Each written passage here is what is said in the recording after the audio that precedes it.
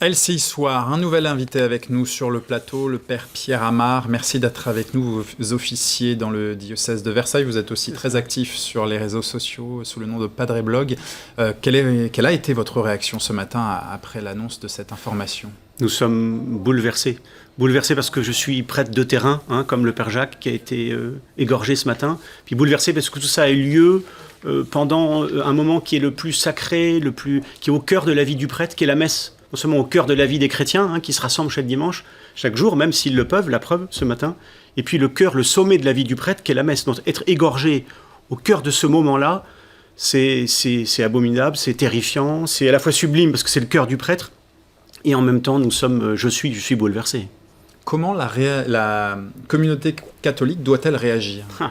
J'ai reçu ce soir deux appels téléphoniques. Le premier, celui du maire de la ville dont je suis curé, qui m'a envoyé un petit message, un petit SMS.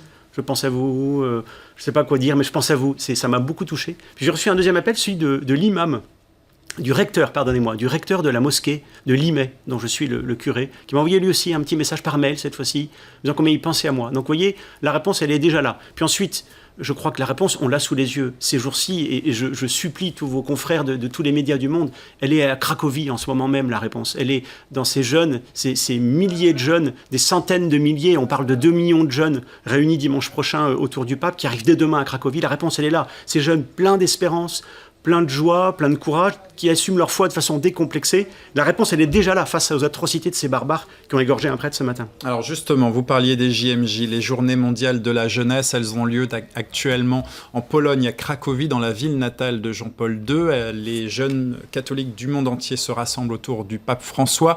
Nous sommes en ligne avec Monseigneur Lalanne de l'évêché du Val d'Oise. Vous êtes justement sur place. Comment a été ressentie cette nouvelle venue de Saint-Étienne-du-Rouvray ce matin par les fidèles autour de vous? Ça a été vraiment terrible pour l'ensemble des jeunes, pour les prêtres, pour les évêques. Vous savez que les 3/4 des évêques sont là et il y a eu vraiment une stupeur devant l'effroyable, devant ce drame impensable et horrible qui vient d'avoir lieu ce matin. Ça, c'est la première réaction. La deuxième, j'étais avec 450 étudiants de mon diocèse, du Val d'Oise, à 30 km de Cracovie. Eh bien, le désir des uns et des autres, aussitôt, ça a été de se mettre à prier. Donc, on a des jeunes là qui sont vraiment des chercheurs de Dieu et quel que soit le drame, comme le disait Monseigneur Lebrun, l'archevêque de Rouen, on n'a pas d'autres armes que la prière et la fraternité entre les hommes. Et je trouve qu'il y a un contraste incroyable entre cette petite église où ce prêtre célébrait la messe avec quelques fidèles. L'église, c'est un lieu de paix, c'est un lieu de communion, c'est un lieu de vie fraternelle. Et le Christ est pour nous chrétiens le prince de la paix. Et puis là, on a cette violence inouïe. Et ce soir, j'étais avec des centaines de milliers de jeunes pour la messe d'ouverture des JMJ, avec une ferveur extraordinaire, des jeunes qui viennent de partout. Et là aussi, je crois que c'est, comme j'entendais l'auditeur à l'instant, la personne qui me précédait à l'antenne, là, je crois que c'est la meilleure réponse.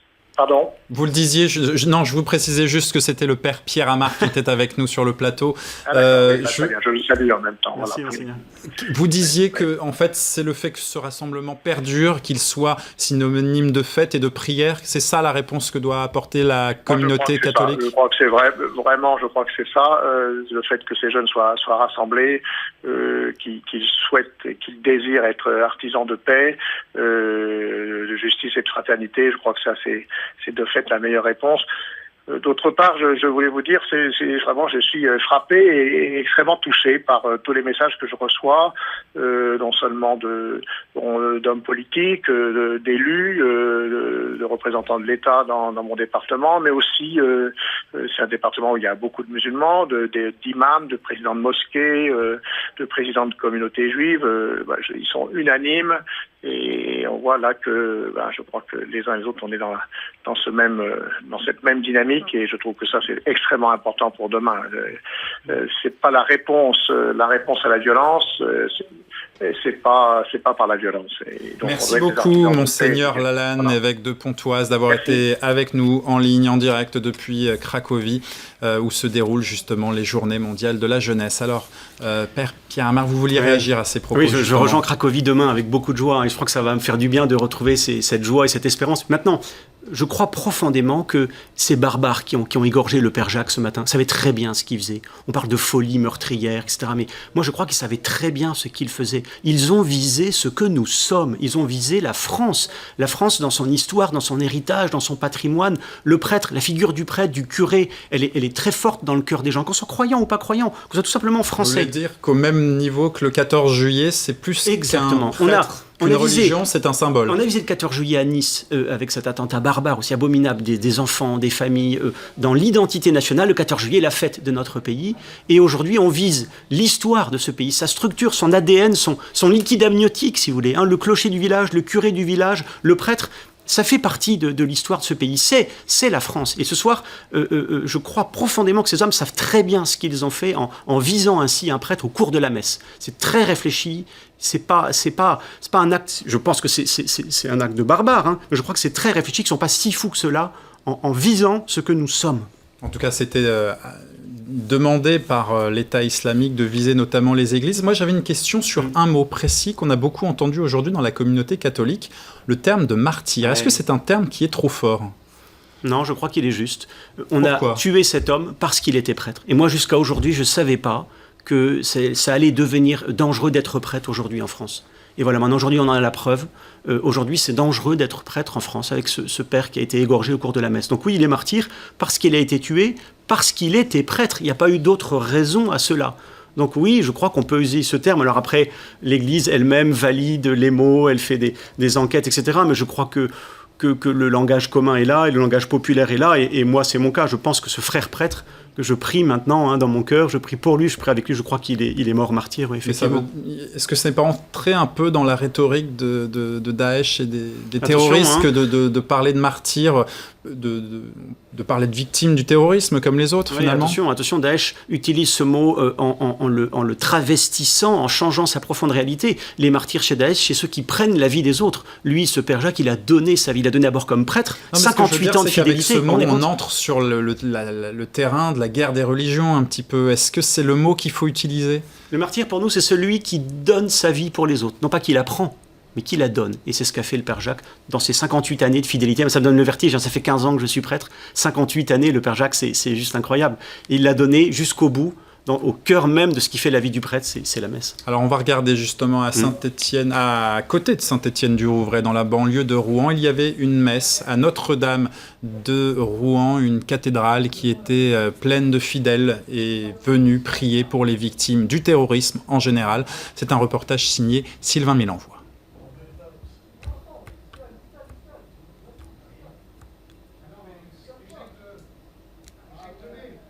Alors, le reportage de Sylvain Mélenvoix qui va arriver d'ici quelques instants, c'était dans la cathédrale de Rouen, tout à l'heure.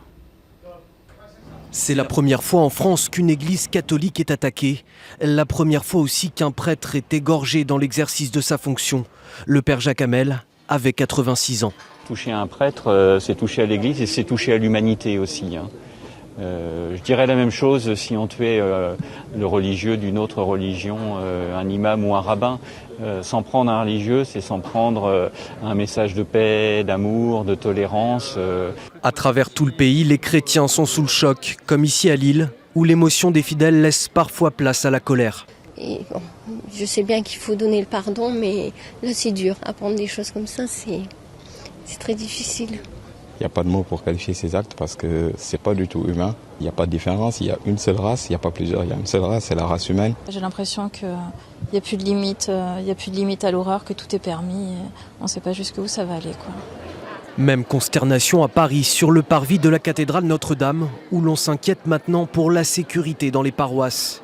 Les églises, ça représente quand même un lieu de paix où tout le monde peut se recueillir. Et là, c'est l'incertitude, quoi. Je pense qu'on fera l'effort d'y aller. Et du moins, mais ça ne nous rassure pas et puis ça ne donne pas envie non plus, c'est clair. Pour nombre d'entre eux, désormais, à l'heure de la messe, la quiétude aura pour longtemps disparu. Père Pierre Amar, c'est ce que vous nous disiez tout à l'heure, les croyants et les non-croyants réunis aujourd'hui, la France est meurtrie. Merci.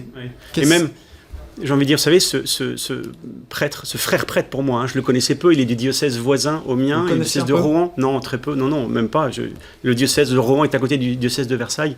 Ce frère prêtre que je considère comme un frère, son martyr m'engage aujourd'hui. J'ai envie de lui dire, s'il nous entend, et il nous entend, j'en suis convaincu, qu'il y aura des jeunes prêtres derrière lui pour reprendre le flambeau, pour témoigner là où ils sont dans leur paroisse. Moi, je suis curé de terrain, je suis curé de paroisse, pour témoigner de paix, de joie, d'amitié. Le prêtre, c'est un homme de paix. Et on va reprendre le flambeau, et la réponse à Daesh, on la donnera, et je suis heureuse de la donner ce soir grâce à vous. Il y aura d'autres prêtres qui vont reprendre le flambeau. Ce martyr, cette offrande du Père Jacques, elle nous engage, et on va continuer de façon sereine. Il était assez engagé a priori dans la fraternité avec les frères musulmans, enfin les frères, la communauté musulmane. Voilà, la communauté musulmane, exactement. C'est quelque chose que vous aussi vous faites Oui, nous sommes habitués. Là où on est, il y a toujours différentes communautés religieuses. Mon propre voisin, à côté du presbytère, est protestant évangélique. Lors de ma messe d'installation comme nouveau curé de cette paroisse, le recteur de la mosquée est venu et a assisté à la messe. Donc nous sommes habitués au dialogue interreligieux. Là, ce qui nous bouleverse, c'est que des barbares, sachant très bien ce qu'ils faisaient, ont commis un acte atroce qui est d'égorger un prêtre au cœur de sa vie de prêtre, qui est la messe. C'est ça qui nous bouleverse profondément. Alors aujourd'hui en France, 45 000 églises existent, 1227 sont actuellement sous haute sécurité, surveillées par des forces de l'ordre. Comment ont réagi à la fois les prêtres mais aussi les fidèles aujourd'hui après cet attentat de Saint-Étienne-du-Rouvray? C'est un reportage en Alsace signé Raphaël Tacquart. Après les attentats du 13 novembre, la protection de la cathédrale de Strasbourg a été renforcée. Filtrage à l'entrée, fouille des sacs obligatoires, des mesures de sécurité supplémentaires pour cet édifice qui draine chaque année plus de 4 millions de visiteurs. Tout à fait normal. De nos jours, c'est tout à fait normal. Je serais incapable de vous dire si c'est suffisant ou pas. On ne fait jamais assez et pourtant des fois, c'est plus gênant qu'autre chose. Conséquence directe de l'attentat de ce matin, le renfort de la police nationale.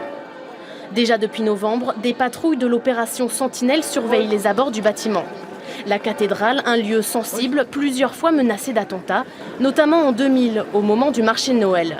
La cathédrale de Strasbourg fait partie de ces cibles privilégiées que nous connaissons, qui sont identifiées, et donc nous sommes tenus à des mesures d'urgence très importante. Une surveillance bien moins importante pour la trentaine d'églises catholiques de la ville. Mais cela n'empêche pas les fidèles de se recueillir tout au long de la journée. Non, on n'en voit pas, on ne voit pas de militaires devant. Mais non. oui, mais là, quand il y a la messe, ils sont là. Peu de moyens, manque de personnel. Dans cette église protestante, on surveille simplement les entrées et parfois on vérifie les sacs pendant les concerts. Nous ne pouvons pas faire différemment de ce que nous faisons aujourd'hui parce que tout simplement une église c'est un endroit ouvert, un endroit pour tous ceux qui veulent venir prier ou visiter. Devant la synagogue, surveillance 24 heures sur 24 depuis les attentats de Charlie Hebdo, avec 3 fourgons de CRS. Alors par la voix de son porte-parole, la conférence des évêques de France a estimé que ça ne servait à rien de mettre des forces de l'ordre devant chaque église. Déjà 45 000 églises, mais surtout... Est-ce que ça peut au moins rassurer les fidèles, peut-être ? Vous savez, à Noël, déjà, on avait eu la première surprise de célébrer Noël protégé par la police ou des militaires. Ça fait drôle d'aller le soir de Noël, dans la paix et la joie de Noël, et d'accueillir et d'entrer dans l'église avec des soldats, avec des FAMAS à l'entrée de l'église. C'était le premier choc. Voilà, maintenant, on est monté d'un degré, évidemment, hein, et on a atteint l'horreur, mais c'est pas une surprise. Déjà à Noël, on avait eu ce signe. À Pâques aussi, nos messes étaient sécurisées. Puis il y a eu le projet d'attentat à Villejuif qui déjà avait allumé On a appris en avril 2015. Oui. Donc c'est pas une surprise. Le choc, c'est l'horreur de ce matin, si vous voulez. Mais c'est pas une surprise. Déjà, on se doutait que ça allait se reproduire, hélas. Mais surtout, non, ne fermons pas nos églises. La remarque là, des personnes qui ont été interrogées est très juste. Si on ferme les églises, si on ferme nos lieux de culte, Daesh aura gagné. Daesh aura gagné, on va se recroqueviller dans la peur. Surtout pas faire ça, au contraire. Attention quand même aux lieux de rassemblement. Par exemple, le mois d'août, ce sont les grandes fêtes mariales, notamment autour de Lourdes, où il y a beaucoup de monde qui converge à ce moment-là. Il faut quand même protéger ces gens-là, essayer de le faire, non ? Oui, et puis Lourdes a déjà annoncé d'ailleurs des renforts policiers. C'est sûr, pour le et au 15 août. JMJ, on sait bien que les forces polonaises sont mobilisées. Maintenant, cette réponse-là, elle ne m'appartient pas, elle appartient aux forces de l'ordre. Je pense que chacun doit faire son travail. Non, mais vous, ça vous dérange pas d'officier d'officier la messe avec à l'extérieur des forces de l'ordre? Non, ça va changer. Et je verrai ça avec tristesse, évidemment. C'est nouveau pour moi dans ma vie de prêtre. Mais merci à toutes ces forces de l'ordre qui s'engagent et qui nous protègent et qui feront qu'on puisse prier, prier le Dieu d'amour et de la paix en sécurité. Vendredi, la conférence des évêques de France appelle à une grande journée de jeûne, de prière. Vous serez à Cracovie, c'est ça? Oui, bien sûr, on la vivra avec tous les jeunes de mon diocèse. Ils sont 2000 du diocèse de Versailles. Je rejoindrai les prêtres du Padre Blog, qui est un peu une équipe de prêtres. On se porte ensemble dans la prière et l'amitié fraternelle. On va vivre ce moment de grande ferveur, soutenu par la prière des jeunes. Je pense qu'il n'y a rien de mieux pour... parce qu'on accuse le coup, c'est vrai, je ne vous cache pas, ce soir... notre vie de prêtre, elle est bouleversée par le témoignage du Père Jacques ce matin. Oui, c'est-à-dire, vous en avez parlé entre vous? Oui, on en parle entre nous, et certains d'entre nous se disent, aujourd'hui... il y a de la peur un peu? La police m'a appelé aujourd'hui. C'est la première fois qu'elle le fait, en me disant, voilà, Père Amar... la police municipale? Non, nationale. M'a appelé en me disant, vous demande d'être vigilant, de nous signaler... tout ce qui pourrait changer un petit peu dans votre environnement. Ils font leur travail et je les remercie du plus profond du cœur. Mais c'est nouveau dans ma vie de prêtre. Il va falloir que je prenne cet élément dans ma vie de prêtre qui est nouveau. C'est nouveau. Une expérience curieuse et là, c'est un peu triste. Dans votre prochain prêche, qu'est-ce que vous direz à vos fidèles? De toute façon, je leur dirais qu'il faut rester dans la paix, l'amour et le pardon, ce qui n'est pas toujours très simple, surtout vis-à-vis de ceux qui nous persécutent, et là c'est le cas. Et je leur dirais qu'on a voulu toucher la France, j'y crois profondément. On a touché l'ADN de la France. Ces gens savent très bien ce qu'ils font en égorgeant un prêtre au cours de la messe. Ils savent très bien la force du symbole, la force du signe que ça peut être. Attaquer la France dans ce qu'elle a de ses racines, de son héritage et de son patrimoine. Merci beaucoup, Père Pierre Amar. Vous êtes vous officiez dans le diocèse de Versailles. Vous partirez demain rejoindre la jeunesse catholique. Avec joie. Au JMJ de Cracovie. Et surtout, vous êtes sur les réseaux sociaux avec Padre Blog, votre pseudo. Merci d'avoir été avec nous. On va regarder ces images qui nous parviennent à l'instant de Saint-Étienne-du-Rouvray, des images de recueillement encore et toujours. Les fidèles, les gens de la ville, tous ceux qui connaissaient ou qui ne connaissaient pas le père Jacques Hamel, 86 ans, mort égorgé ce matin dans son église Saint-Étienne. Tous se retrouvent devant la mairie pour allumer des bougies, déposer des fleurs, déposer des mots, faire une prière ou non. Voilà ces images qui nous parviennent en direct, tournées par Camille Pettineo et Xavier de Giacomoni. Dans un instant, vous retrouverez Ils font l'écho avec Isabelle Gounin. On se retrouve à 23h pour une nouvelle édition, un nouveau journal, LCI Soir, largement consacré donc à cette attaque menée ce matin contre l'église de Saint-Étienne-du-Rouvray. À tout de suite.